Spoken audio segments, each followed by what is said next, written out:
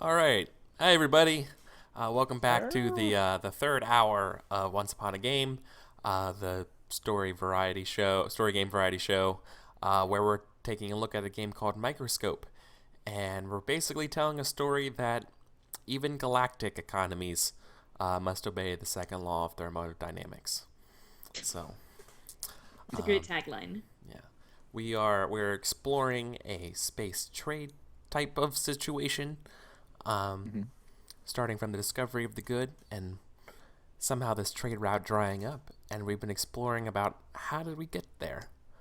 Uh, we have already done two overall passes through the game, where we've taken turns being the lens, and we're getting ready to do our third one. Um, Yes. and Adam, you will be our third focus. So, Mm. what do you have in mind? So, I'm thinking my focus will be the hill because I kind of want to see more about this actual trade hub that is kind of one of the main points of this show. Sure. And so I can do a double tap, but I don't have to do a double tap, correct? Correct. Correct. Okay. Um.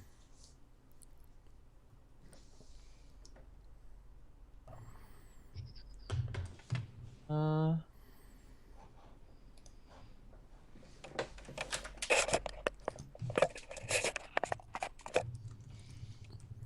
I think I would just like to do a scene for underneath uh, the event that I made a while ago. Or Elijah the Generous becomes overseer of the hill. And then my question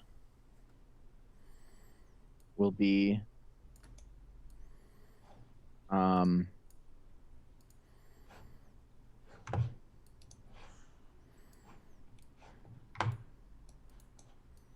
question.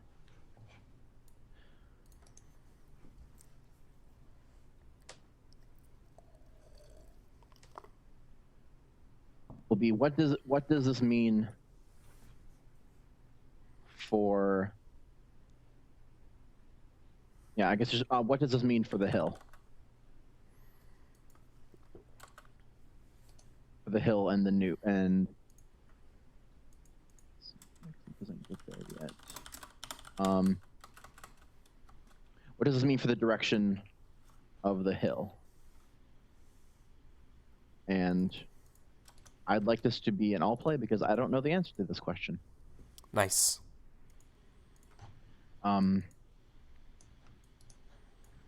I guess it would make sense to require Eladra. So I will. Sure, I'll say she's required. I'm not going to ban anybody. Okay.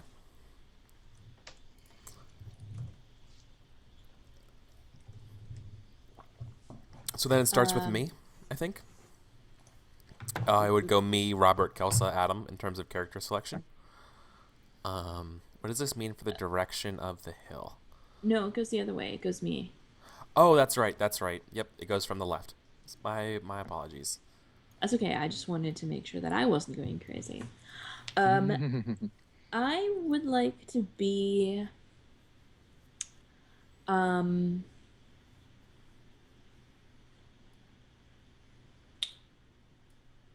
Trademaster Hump. Trademaster Hump is of um that's been my default race for this, so I'm gonna go with it. The bug aliens. The Begalians. The bug aliens. The aliens. The bug Master aliens. Hump. Okay. Cool. Um. Oh, so it's me. I'm going to be uh um I'm going to be Vizier Glengarry Glen Ross. And I am the species. I am a two-headed species of like kind of like wolfish, like it, but like not like humanoid wolf, like an actual just like wolf with two heads, and I'm wearing like fancy regalia. Like a suit. Yeah. Like a dog, like a wolf suit, and imagine that each head says the next word in whatever sentence. And it's Glengarry is one head and Glen Ross is the other. The race is called Glen. Cool. Okay.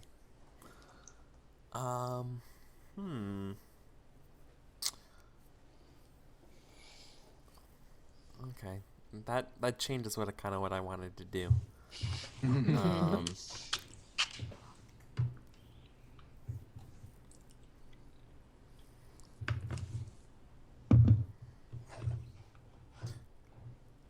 I'll be Iliadra.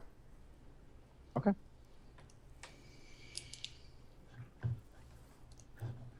All right. I'm going to be the entity known as Vinci, who is another one of the sentient paintings. Nice.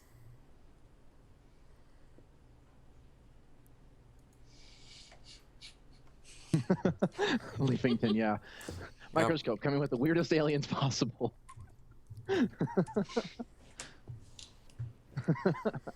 Cool.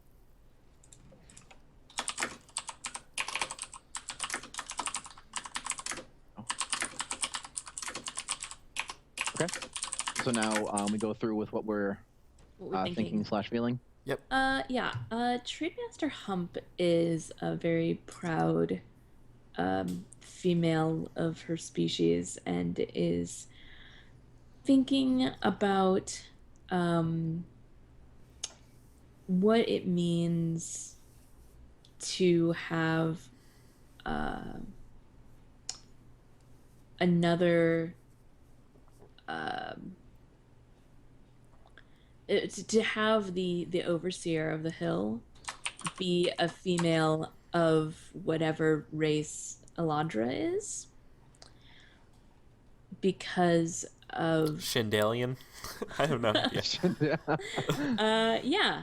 Okay. Ancient so Shandalians. the Bugalian Shandalian relations. They go way back. Yep. But there's definitely like a two bugs are the same hive. There's definitely like a at least within the Bugalian culture, a gender split, and so she's coming at this thinking of maybe having an ally in a female overseer. Cool. I think that Glengarry Glen Ross is thinking that they kind of like they've been the vizier of the overseer since before Eladra. And they had a pretty cushy position with the previous overseer. Like dog treats all the time. belly rubs for days.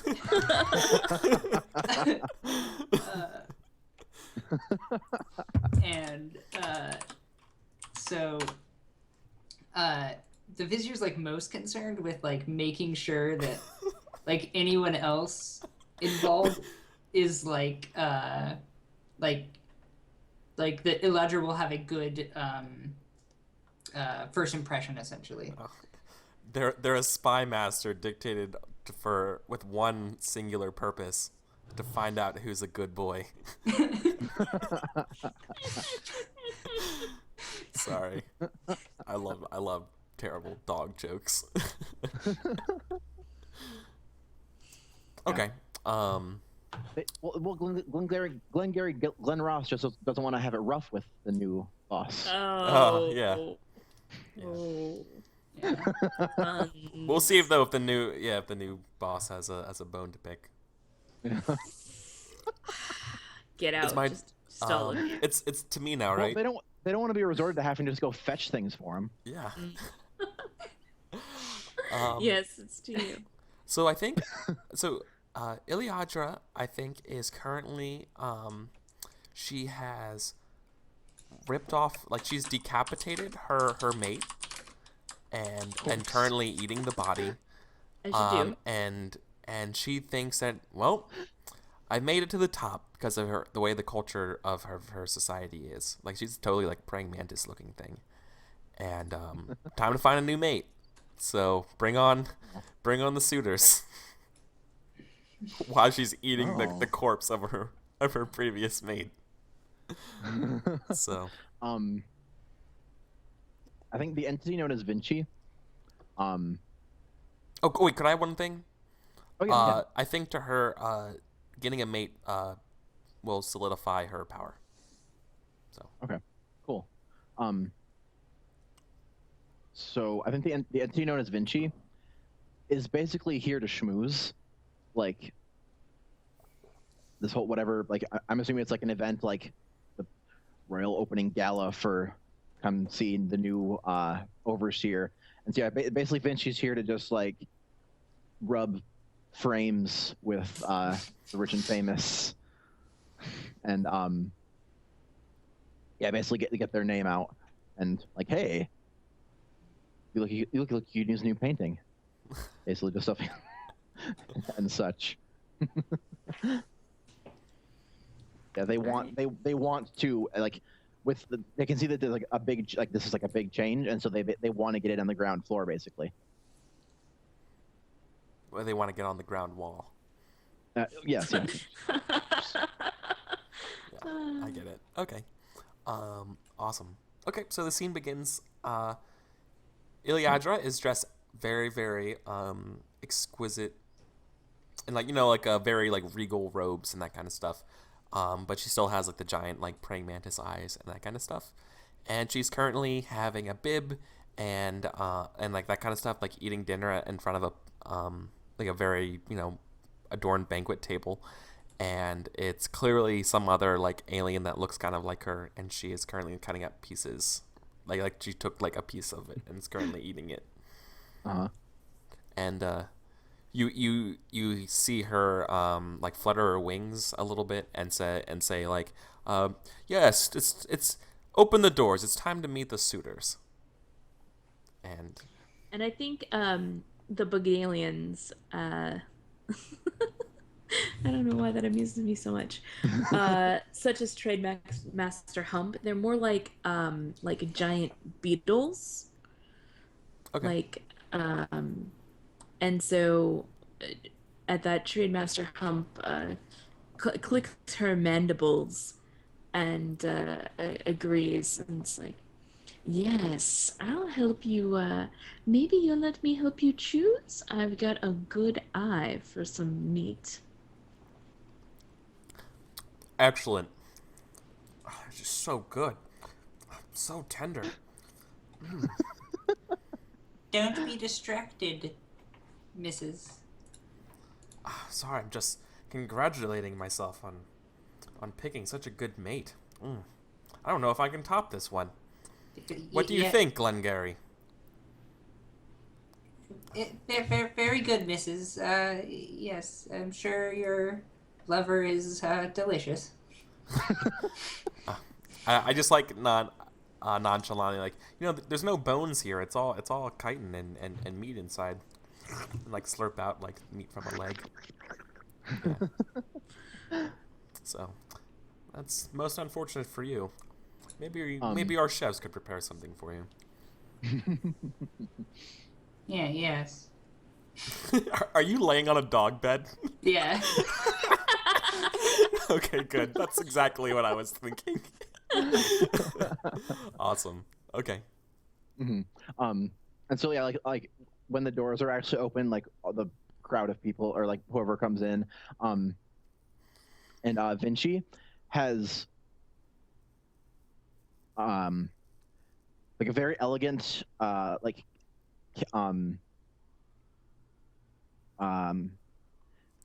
the thing that easel, Oh, yeah. oh, okay. A very elegant like Oh, he's on an like, easel because he's unmarried? yeah. I love it.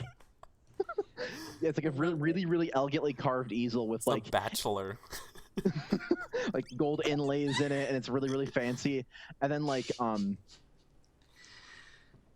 probably I guess just some random let's say it's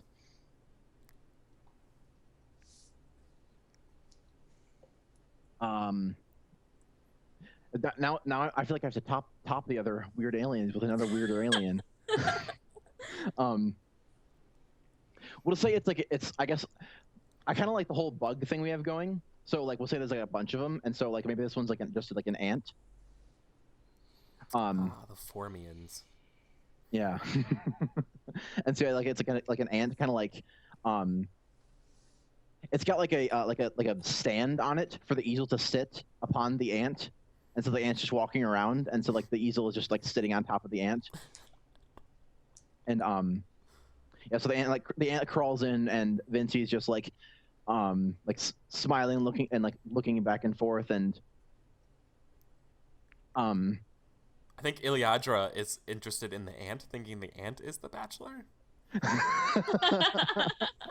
Like, And what an interesting choice of clothing, Bachelor number 1. I think that Trademaster Hump is a little bit more. I was gonna say world-wise, but I guess universe-wise. Yeah, yeah. And puts one leg out and says, no, Leandra, I believe that it's actually the entity above. And like And flips through her some mouth- paperwork, and is like, the entity known as Vinci. And she's like clearly like still like chomping on some food, and she says it with like a half full mouth, like, you mean a painting? Like blinking. Yeah, like that's probably like really insulting to Super the insulting. entity as Vinci, right? It's very objectifying. right. Literally. My friend. Yeah, and so I think like right now they're like Vinci's just like talking, just like other people, just like, oh yes, of course, well you're here too, that's fantastic, and then like basically waiting for their chance to like swoop in and talk to Iliadra. And so eventually like they see Speak their your mind. opportunity. Yeah. Yeah, they see their opportunity, like just like, go quickly, take me over there, and then and the ant like brings it over, and then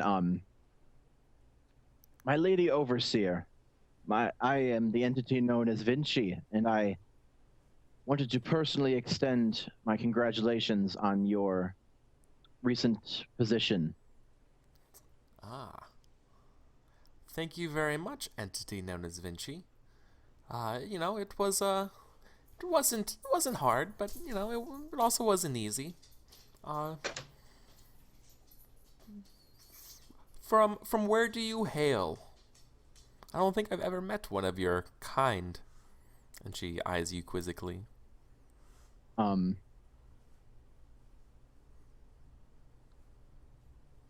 does he hail? Oh my gosh. I hail from a planet a few systems away known as Louvre 7. Awesome. Louvre 7. She says, like, ponderously, not feigning that she knows where that is. You know. Well, what is it that you require from me? Speak, and you may have it. Simply to extend my good wishes and perhaps start things off well with a. Now, Vinci, shh. You're being modest. I am Eladria. Some may have even called me Eladria the Generous. Tell me, what is it that you want? Well, Now is not the time to be humble. My well, I. astute acrylic. She struggles in how to compliment you.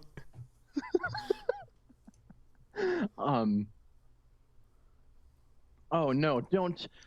Please do not misunderstand my intentions. I am quite a. I have some power of my own with my own people. I am the. I am the derivative of the entity known as Mona, and I've inherited some good fortune because of that. I simply did. I wanted to get off on the right stand with you, and I know we can perhaps have a mutually beneficial relationship in the coming years of your power. Seems to be a kiss ass, missus. Reconsider, my friend. I think perhaps having a voice of reason that is not so. And then again, with the clicking of the mandibles and like a pointed look at your plate, delectable might be mutually beneficial. Yes, not eating my mates may prove beneficial for my stability as a ruler and overseer of the hill. Very well. And she slams down her hand and stuff like that, and she says, "I've seen enough. I have only seen one, and I will marry the entity known as Vinci." Fantastic. So what does this mean for the direction of the hill? Is that the Vincis have made it to nobility? Yes. I think you see, like, as she makes the declaration, the vizier wanders off to, like, all of the suitors who are, like, now have sad faces, and he's kind of yelling at them, like... And I think that Trademaster Hump follows and is like, so anybody looking for a second prize? Yeah. So The vizier's like, put that wine down. Wine is for closes only. So, is that? I think that's probably the end of the scene. Yeah. I had to get in Glenn Ross quote. Yeah. I mean, I did kind of always be closing. Right. God, I love our aliens so much. Yeah. Okay. So then now it's to me. Yeah. About the hill. I'm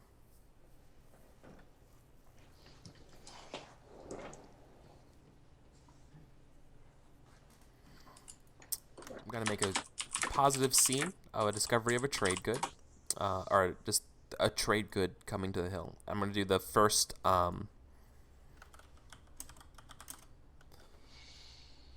what's it called, selects. Yeah, the first selects hits the market on the hill. Dark. Done. Okay. That was easy.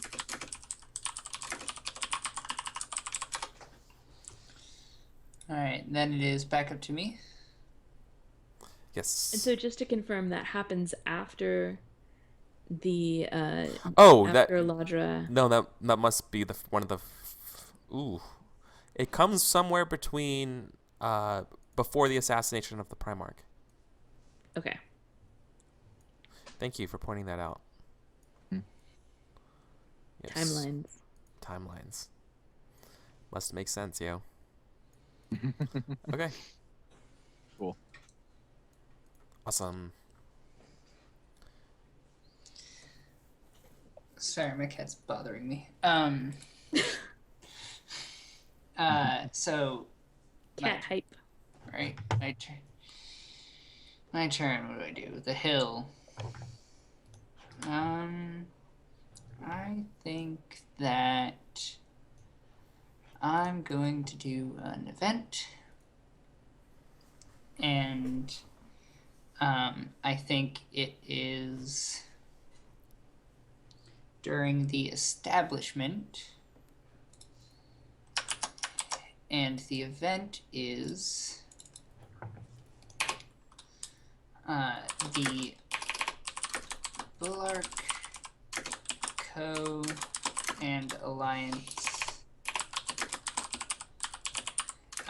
So the Bulwark Co. and Alliance are like, once everything gets established and they're technically the ones in power again, they essentially repurpose the like, I want to say, like the royal quarters, like where the where the Primarch sat, and it becomes a kind of, like, I almost want to say like corporate court or some kind, like where they I'm thinking the, like, whatever the corporation is, or the corporation alliance in Shadowrun, like their big like space station thing up in the sky, where like it's just the court where all of the, like, Space Court? Yeah, Space Court. Space Court. Establish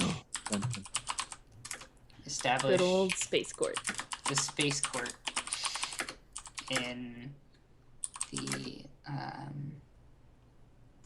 Royal Palace.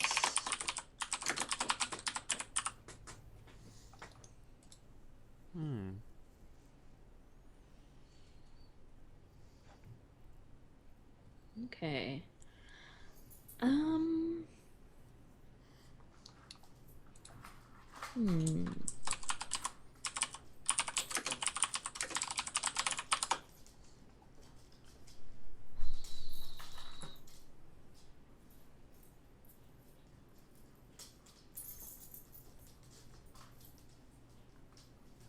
You know what? I'm gonna go crazy here. I'm gonna go a little ham. Bring it on. I'm going to make a period. Nice. And I'm going to call it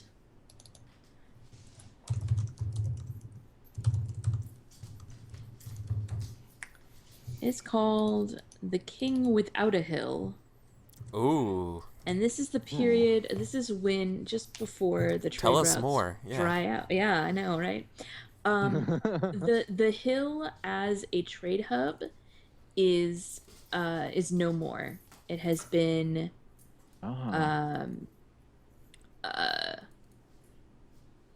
destroyed, broken apart. It's no longer a safe place for all of the races to come together. Okay. Because that sounds cool. Agreed. Okay, back to Adam. So you can do the double tap as well in this round as well. Yeah.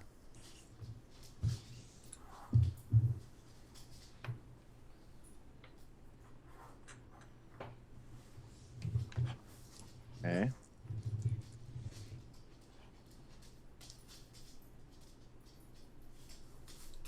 I think I'll do an event under King Without a Hill and then do a scene with that. Okay. I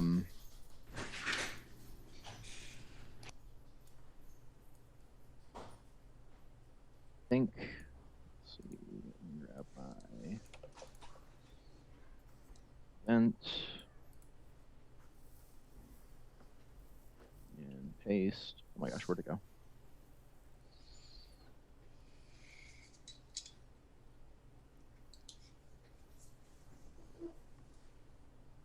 Okay, under King Without a Hill.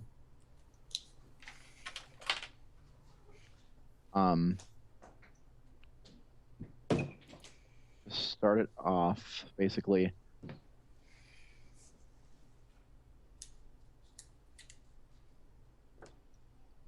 After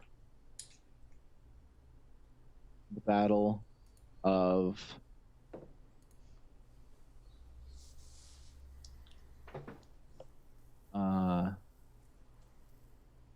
after the Battle of Truth. Damn.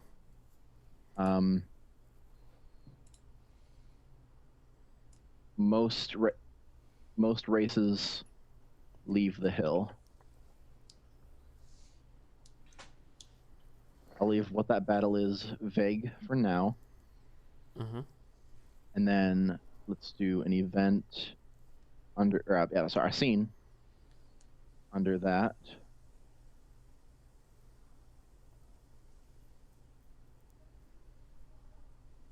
Actually, can I stop you there real quick? Did we Yeah. determine the color of the tone of the scene, the last scene? Was it light with Vinci? I don't think we. I don't think we determined Oh, yeah. it. I don't think we determined it, but I feel it was yeah. light. I thought it was light. Yeah, Yeah. I felt it was light, but okay. Yeah, I saw it. I saw it was left as light, and I thought that was right, but I couldn't remember if we actually talked about it or not. But okay, very well. Thanks. Okay. Yeah. So this event, I would say, is definitely dark. And then I did a little arrow. So the question for this scene is,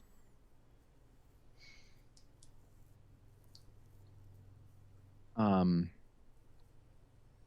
guess where is everyone going?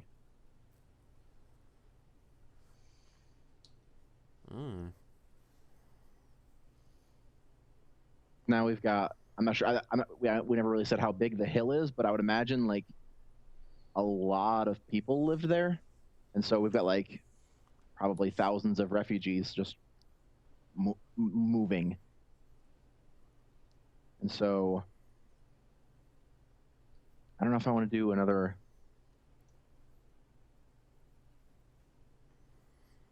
Do you have an answer? Okay. Here's a trick. I think so. Here's a trick when you're coming up with scenes and trying to determine how you want to approach a scene.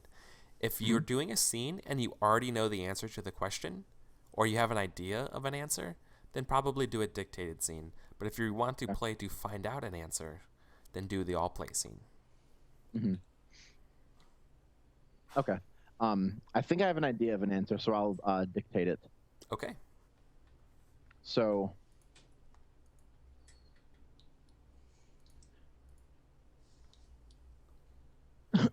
sorry. So we close in on like one of the major ports on the hill. Mm-hmm. The sky is like very, very dark, like a very, very dark red, and like there's just ship, like it's like this like sky, and then just like dots of ships just like coming up and leaving the hill. And so we're on like one of the space, like this spaceport, kind of focusing on just this one random ship. Sure. And so there is it's a ship that's basically it looks like a geode that's been flipped on the outside in. So like the inside of a geode is like now like it's like a weird like crystalline ship looking thing that's like kind of like floating up. There's kind of like floating up and down. And it's a craggling ship, and so like a bunch of these rock creatures are like kind of coming up, and they enter the ship by just kind of their rocks like go like just like like float and cling into it, and then kind of just merge into the ship. Okay. And so then there's two kind of like standing there, and they do like the weird shuffling thing, and I guess we might get subtitles over since they're just talking to each other, and so they're speaking to each other, and just like where do you expect us to go? We We live here. Our families were here. We have nothing. We have nothing else but the ship. And then the other one like it's hard to see where like what direction they're facing. Just but like they turn to like and then like the frame like the ship is framed and then turns back to the other collection, and it doesn't matter. This isn't about us. Everyone else might be concerned for themselves. We are concerned with something more. And then it like we look and see a Jacob. Oh. And kind of like the rock, like the other rock that either didn't know or was like asking the question, kind of like the distance between the stones gets a lot wider, like that's like its surprise, and then immediately forms into that spire, like that spire of prayer. Oh, totally, nice. And then this is the last one, and then the like kind of like the other rocks like kind of like move up and down as like an affirmative, and then the geode like the craglings can like just kind of merge into the ship, but like to let the Jacob on it like like you hear like a as it like a crack forms into it and like kind of like an opening, and the rocks move away and like the Jacob kind of like nods a thank you and then moves forward and enters it, and then the split it seals back together, and then the two craglings kind of like form into it, and the ship takes off. And so the answer, I guess, is it's somewhere where the Jacob will be safe would be the answer. Yeah. Somewhere where Jacob will be. Yeah. I know, because I realized you had a nondescript answer, so like I think that would probably. I didn't mean to steal it. Like if you had a better answer. Yeah. Like, I don't actually have the power to give you an answer. Like it could be whatever you want it to be. Still. Oh yeah, that's what I was getting at. Cool. Yeah, it just sounded like what you were saying. And is that light or dark? I think the event is dark, but I think that scene is light. Yeah. Okay. Yeah. All right. I see that. Cool. Awesome. So then we go to is it Kelsa is the legacy? Yes, I am the legacy. You are the legacy. I. You are the Jacob.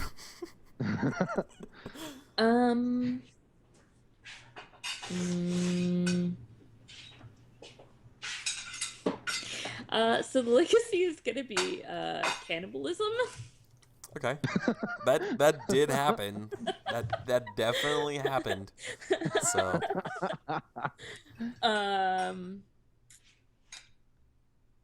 And where do I put this though? That's the question.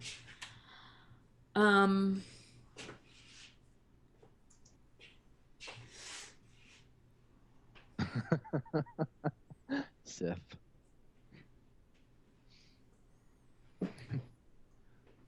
It's gonna go under King Without a Hill, but before after the Battle of Truth. So whether it's before the Battle of Truth or during the Battle of Truth, I don't know, meh. We see what happens to the Jacobs, or at least a Jacob.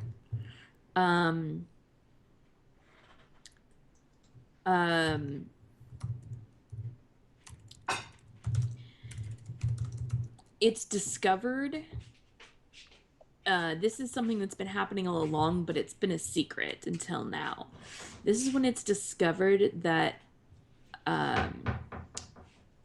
the Jovian is taking Jacobs, and it makes the Jacobs, but then it also like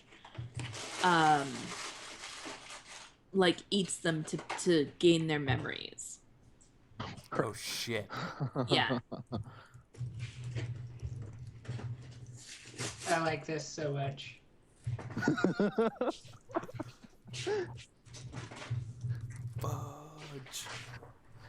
Fudge ripple. Okay. And that's dark, generally considered dark Ugh. by pretty much everybody Oh. but the Jovian. Yeah. Well, actually, the fact that it was discovered is also considered dark by the Jovian, so it's just dark all the way around. Yeah. Yeah.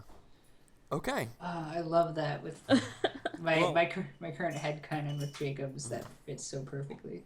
So it's 11:52 now. So I don't think we'll have time to get to my focus. So I think we'll wrap it up here and kind of decompress and talk about the game. Okay. So we can get to Let's- bed. You know, cannibalism. Let's end it on that high note. Honestly, that was a pretty good And note to end on. That was cannibalism. awesome. That Yeah. was a nice little twist. Cool. Well, we can talk about kind of directions that we were gonna take the game maybe as well. Yeah. All right. So Because that sounds happier. yeah, let's talk about the game. So I want to hear first from Adam. Yeah. What were your thoughts on your first playthrough of Microscope, buddy? This is probably one of my most favorite game sessions I've ever had. Oh, Like, wow! I'm happy to hear that, man. yeah, this was just incredible. Like, it was just just one of the coolest things ever. Like, it was weird to be. Like, I felt like I was restricted in some things, but then it was just like the point is that you're not restricted. And so Yeah. then as that kind of come along, and then just to see like someone put something in, and then someone just springboard off of that to something else, just random. Yep. That was just it was super cool. Awesome. I'm so happy you had a good experience, man. Oh I'm yeah. Glad to hear it. What about Kelsey or Robert? What'd you think? I had a really good time. Mm. I really enjoy playing Microscope and playing it with a group of people I've never played before is really awesome and exciting. And I think we really came up with a very interesting sordid history of space. And it was so much fun trying to outdo each other making up aliens. Yeah, we definitely did. Yeah. Yeah. I really enjoyed that part of it. That was a lot of fun. Yeah. I really liked this game. I really liked the one-upping that happened. I found an interesting thing because I've played Microscope a few times, and I had a hint of it, and I tried it this session for sure. But I ended up I realized that implication is incredibly difficult in Microscope. Mm-hmm. So It's kind of assumed that everyone is talking about every single thing that's going on. Like there's no hidden things to the players.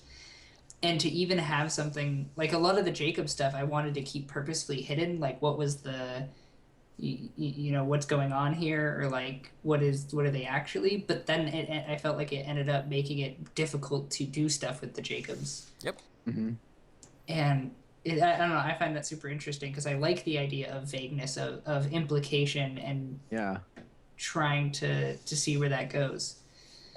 Yeah. I think there really has to be a balance point between if you have a very solid idea for something, if you want it to come to fruition, you have to be explicit about it, but to say, but nobody knew this at the time is a legit option.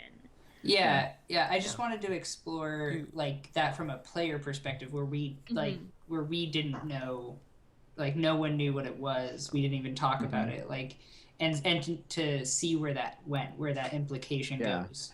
Yeah. What I would say is that it's really important when you're coming up with events and scenes and stuff like that, or even periods, is to have hooks for other people to jump onto. If you create a complete concept, then it's like it just sits there because it's like, okay. Yeah. I mean, I will refer to that in a different thing, but I won't be able to build on it in the way that I think you're kind of expecting. Things like just started hooking together. Like I know because someone, I forget who it was, but someone invented the rock creatures, and then I think Eric, you said that like It was Kelsa. Kelsa invented the rock creature. Yeah, Kelsa invented the rock creatures, and then Eric said that the Jovian was like this like basically living planet thing, and so then I figured it would make sense for like the Craglings to do that, and then the Jacobs were a representation of